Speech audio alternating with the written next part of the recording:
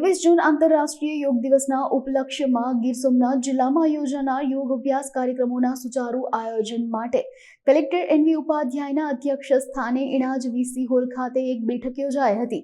આ બેઠકમાં યોગ દિવસની ઉજવણી સુનિયોજિત રીતે થાય તે અંગે ઉપસ્થિત સર્વેને માર્ગદર્શિત કરાયા હતા। સમગ્ર કાર્યક્રમની રૂપરેખા આપતા તેમણે જણાવ્યું હતું કે 21મી જૂનના રોજ સોમનાથ મંદિર પરિસર ચોપાટી ગ્રાઉન્ડ ખાતે સવારે 6 કલાકેથી યોગ દિવસની ઉજવણી કરવામાં આવશે।